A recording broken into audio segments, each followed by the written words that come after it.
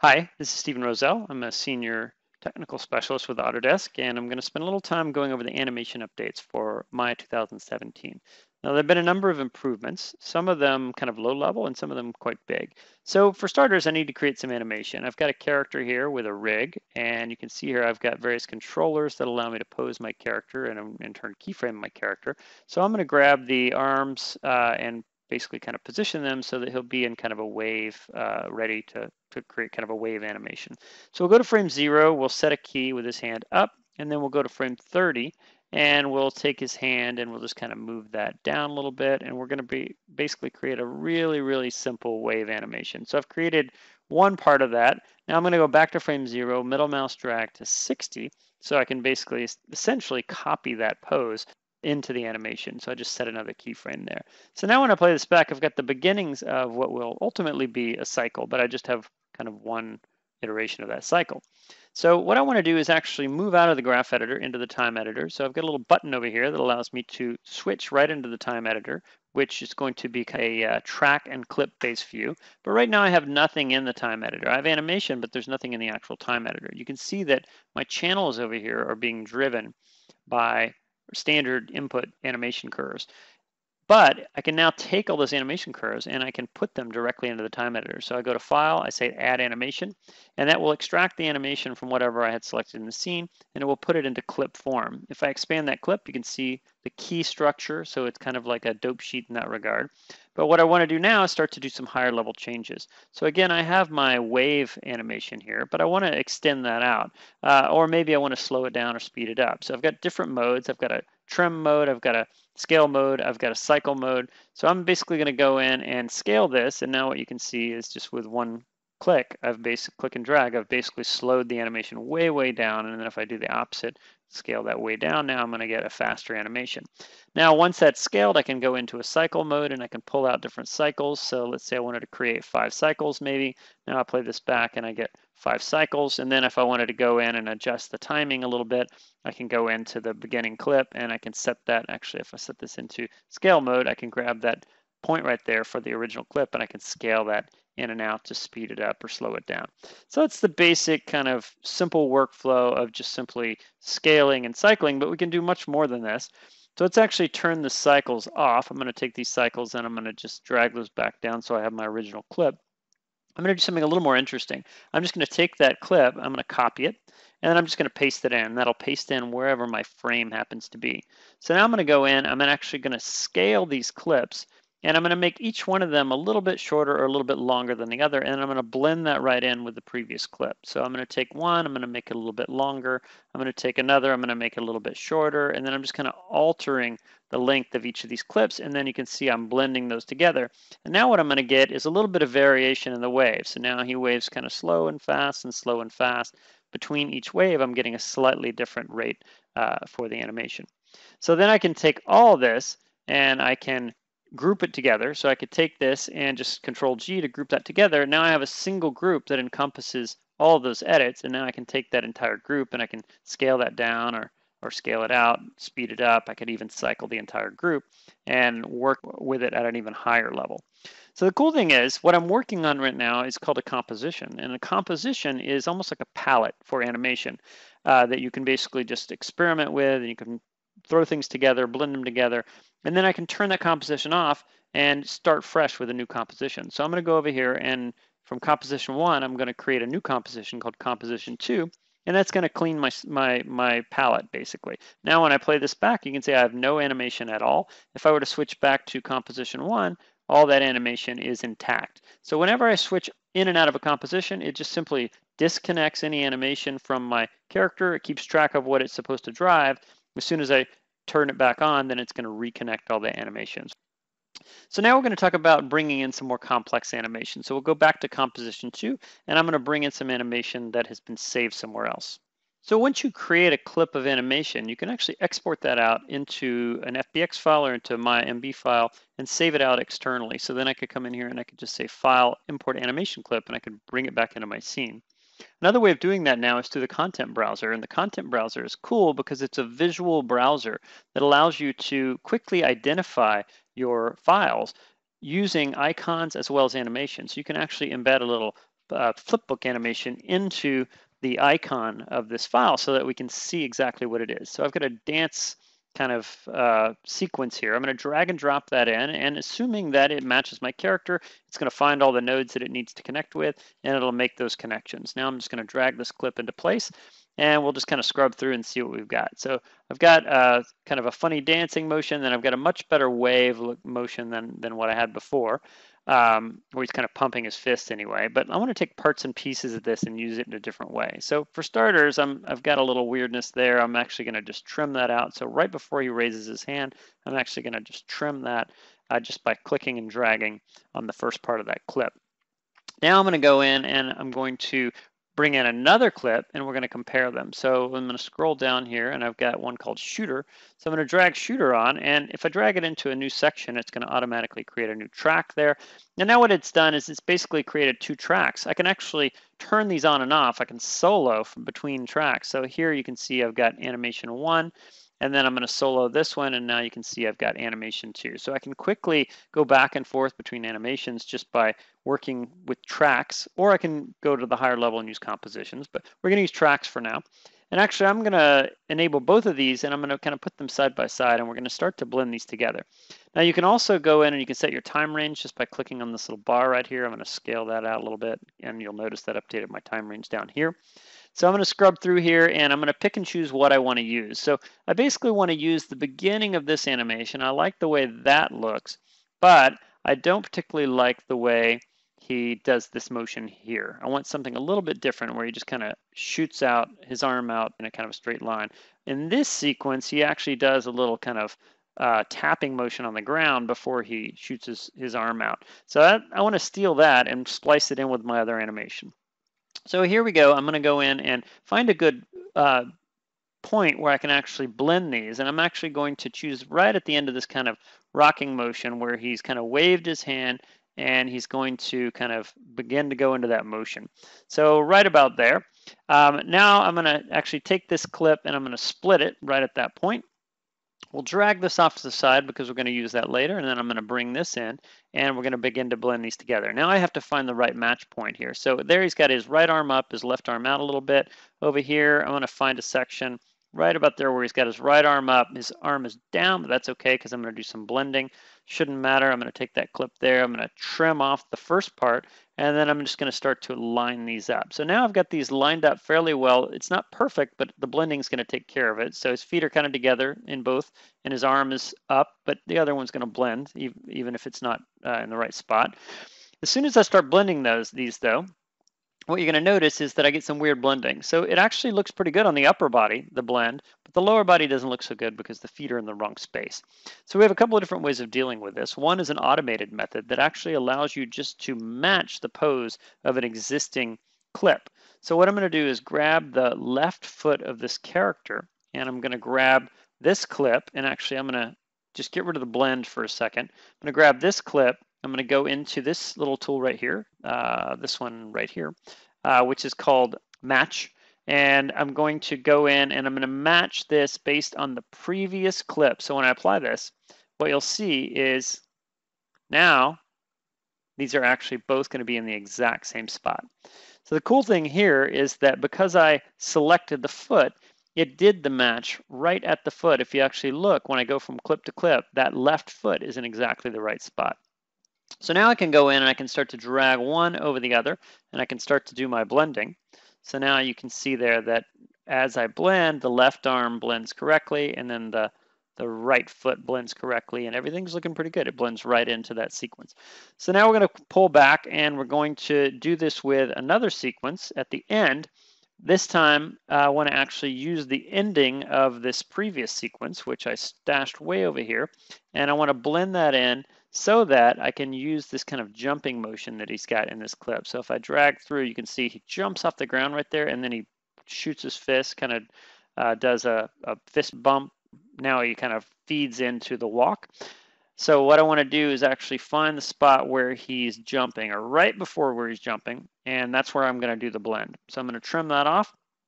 And then right here, I'm going to find the spot right as he's coming up, and I'm going to trim the end of that clip. Whoops, I got to actually select the clip. select the clip, and I'm going to trim the end. And I'm going to do the same thing that I did before, although I'm going to do it a little bit differently this time. So this time, instead of doing an automatic match, what I'm going to do is use a ghost so they can visually match these. Take both clips, right click, and I'm going to go into the ghost settings, and I'm going to enable these ghosts. So what that's going to do is it's going to, by default, give me a ghost of both of the clips in this case. But the ghost is going to be based on the nodes that the clips are driving. If this was a skeleton and it was skeletal animation, then that would be fine. I'd see the skeleton. But it's a rig, so I'm actually seeing the rig. And it's not what I want. So what I'm going to do is I'm going to go into the ghost settings, and I'm actually just going to take the skeleton of the guy, and I'm going to make that kind of a secondary display. This is going to be my ghost instead of the actual control. So I'm going to say add. And I'm going to say exclude the control objects and apply. I'll do the same thing with this clip. I'm just going to go into those same settings, and this time I'm going to feed the skeleton in once again. So I'll just go to the hip level there. I'll add that and apply. And now you can see that when I do this, I'm actually going to see just the skeletons when I do the blending. Now, right now, it's kind of hard to distinguish between the two because they're both the same color. So what I can do is I can go to the attribute editor and I can add color coding to this. So I can make one of these blue, for instance, and then I can say use the clip, the color on the clip itself. Now this clip's going to turn blue, and then this one I'm going to make red. These are probably a little bit much, but just to give you an idea of kind of how this works, I'm going to make one very distinct from the other. So now what I can do is I can just take my clips and I can start to blend these over one another. And what you can see is that as I go between the blends, then he's going to go kind of right between the blue skeleton and the red skeleton. So what I want to do is use that left foot as kind of a match point. So instead of using the auto mapping, I'm actually going to right click on my red clip, and I'm going to say I want to relocate this clip. So I'll create what's called a relocator, and that's going to give me a higher level transform that allows me to move the clip around in space. You can see that by default I can just pick this clip up and I can move him around anywhere, and that's actually driving the blend. So now he's blending between two kind of extreme points. But what I really want to do is actually get a lot closer than that. So I'll undo that, and I'll actually take the character. I'm going to just snap him right onto that clip, and then I'm going to use my standard pivot tool in Maya to basically just take that pivot and just snap it down to a point on his foot, just so I can use that kind of as a reference. Now I'm going to go back in over here where he's kind of halfway between them, and what I can do is just go back into my just standard transform mode, and I can just kind of pick that up and I can move it and position it so that the foot is going to line up at just the right spot. So now I've got a foot there. He's going to do a little bit of a twist. That's okay. I can do some correction on that later. I might even want to actually change the point at which he blends. So I might actually want to grab this and kind of trim it out a little bit. And now I'll come back over here, and now I've got a little bit better transition point. So I just need to experiment with that a little bit. I'm not going to go nuts with it. I'll pull back here a little bit, and we'll just see what this looks like. Now I'm going from matching the blue skeleton, blending. He's going to do a quick shift over to the red skeleton, and then I've actually missed the jump. So all I need to do there, if I've missed the jump, is just give myself a little bit more room here, figure out where that jump is. It's actually right there, and that's why it wasn't matching very well. Is I trimmed at the wrong spot. That's okay. That's the beauty of the editor, is that I can just kind of make these changes and just continue to refine the point at which I do the blend. So maybe I want it to be a little bit more like that. There we go, something like that. I'll go in and add a little bit more of a transition there. And there we go. He's going to basically stop, and then he's going to jump up, and turn around, and do his little fist bump, and then he's going to go into his walk. So it's not perfect, but you get the basic idea. So now we can play this back, and actually let's go back and disable my layers here. I've got a display layer set up for the skeleton. Let's just hide those for now. And I'll play this back, and we'll just take a look at the entire animation. So I've got my original sequence where he's doing kind of a fist bump, although he doesn't have the fist part, blending into a new sequence. And now he's going to go into another transition where he does a little jump, and then he walks off. So now that I've got kind of the higher level clip blending part done, and I'm fairly happy with it. It's not 100% perfect, but it's decent, good enough. Now what I want to do is actually go in and actually make some edits along the way. So one thing I might want to do is actually change that step right there as he's kind of stepping to the right. And I'm going to use animation layers to do that. Now we have a legacy animation layer system, which is still here and you can still use, but if you want to use animation layers in conjunction with a time editor, use the built-in animation layer system. So I'm going to take this clip right here where he's actually stepping out, and I'm going to create a new additive animation layer. And this is just going to store any offset keys that I might apply to whatever objects happen to be in the layer. So I'm going to grab the foot controller, I'm going to right click, and I'm going to add the foot controller to that layer. And now when I expand that, you can see that all of the foot parameters have been added. So now what I'm going to do is right in there, as he kind of slides, I want to have more of a step up. So I'm going to take that, bend it up, and move it forward, and I'm going to set a key on it, and that key gets nested into that layer now. So it's not actually being set on the actual node itself in a traditional sense, it's being done on the layer through the time editor.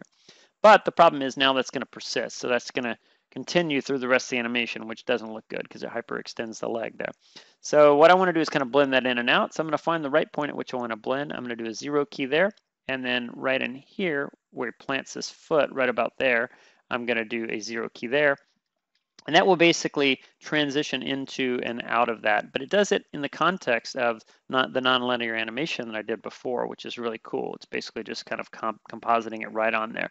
Now, if I want to change this, I can actually go in, I can grab the keys directly in here, and then I'm going to move them. And you can see by moving them, I'm actually changing the point at which that offset happens. So I can start to tweak the underlying keys for the animation layer. That looks a little bit better. It lifts it up, shoots it out, and then steps down, and then it feeds right into the rest of the animation. So I can do that in other places as well. So for instance, I might want to collapse this layer, and I might want to do a little bit of correction over here where this blend happens. But you can see there where his foot kind of comes off the ground a little bit too much. Maybe I want to have that happen a little bit later. So what I can actually do is I can take all these clips and I can group them together, and then I can put an animation layer on top of that group. So now I can actually come in here, grab the group, and I'll put an animation layer right there. And now you can see that animation layer goes over the entire group as opposed to just the one clip. So now I'm going to go in here and right click on the layer and I'll say add selection, and now the foot gets added. So somewhere in here, right about there, I want to actually have that foot stay a little bit lower on the ground, a little bit longer. So I'm going to do something like that. Set a key, got to actually select the layer, set a key. And right in here, it goes a little bit too far. I'm actually going to kind of do a little bit of correction here, something like that. And actually got 2 keyframes there. Right there, I need to do my 0 key. So now his foot stays on the ground just a little bit longer. He pushes up, and then now I've got to 0 that back out so that when he lands, it's going to look appropriate. So now I've done a little bit of correction on the foot, and it's not perfect, but again, it looks a little bit better. So this is all non-destructive. I can actually go in and I can disable this layer at any point and remove the effect. I'm turning off a layer, turning it on, and it's completely non-destructive, and it's done on top of the group, whereas the other layer was done on top of the clip. So I've basically got clips composited with layers on groups on clips. So the last thing I want to fix here is the hands. If I pull in here and take a look at this kind of fist bump thing he's doing, it's not actually a fist bump, he's just kind of waving his hand, but I want it to be more of a fist bump. The problem is his hands are not making a fist. But I've actually got poses stored out that allow me to set the skeleton for the hands in different positions. So for instance, if I want this to be a fist, I can just go in and I can find the 1-frame pose. It's basically a 1-frame clip, which is a pose.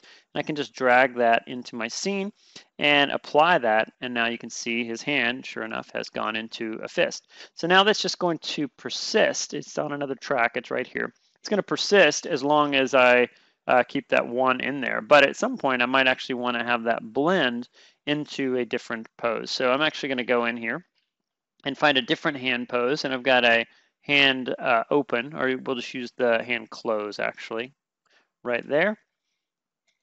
And now you can see the hands closed. So I'll have it start out closed, something like that. And then I'm going to go in and I'm going to set a hand open. So I'll come in here and there's one with a hand open. I'll drag that in.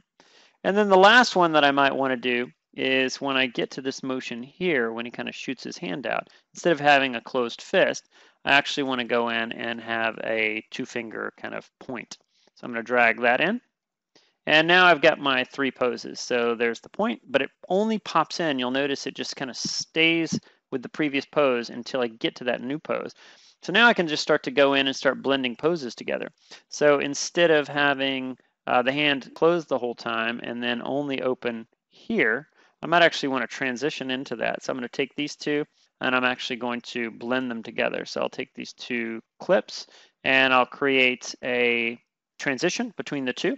And now I'm going to go in and create another transition. The hand's going to be open up to right as he raises his hand. And I'm going to put the fist right in here.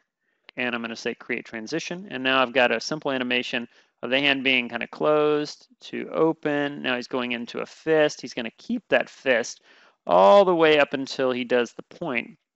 And the point is going to be right about there. I want, instead of the point to pop on, I actually want it to fade in. So I'm actually going to just select that pose, copy it, paste it right in here, and it's going to put it on a new track, but it doesn't matter. I can drag it up to the previous track, and then I can just right click in here and say create transition. And now over a few frames, I've got a nice transition of the hand opening. So if we pull in here a little bit, you can see it. Now, as he's going down, the hand opens. It's a little late, so I'm actually going to take both of these and I'm going to move them forward so that as the hand's coming down, I want it to actually come in right about there, but I'm still off a little bit. That's okay. It's very flexible, very forgiving. I can come in here and right there, I want the hands to, or rather the fingers to come out and go into that 2-finger pose. And then somewhere down there, I want it to actually go back into the regular pose, but I'm going to leave it at that for now. So all of this can be done on all these different kind of levels and all these different kind of layers. But ultimately, what I can do is I can take all of this and I can just group it all together into one single group. And then I can take that whole group and I can do things like cycling and scaling, like the stuff I showed in the very beginning. So now I can take that whole group, take the entire animation that's contained within that, speed it all up. You can see everything that's happening all happens at that accelerated rate. And at the same time, I can come in and I can do the opposite. I can scale it out and I can play back my animation and do it really slowly instead. And again, everything that I did underneath this group is being affected by that. So again, I've got lots of different things going on, including blends, including grouping, including layers, including poses and poses that have been blended, and all of that's been grouped together. And the cool thing about it is all of this is being done on a composition. So I can just go in and create a new composition, composition 3, and that's just going to give me a clean slate. Now I can actually go in and I can take any one of those clips that I've brought in from an external source, and those are all going to be accessible to me through the outliner.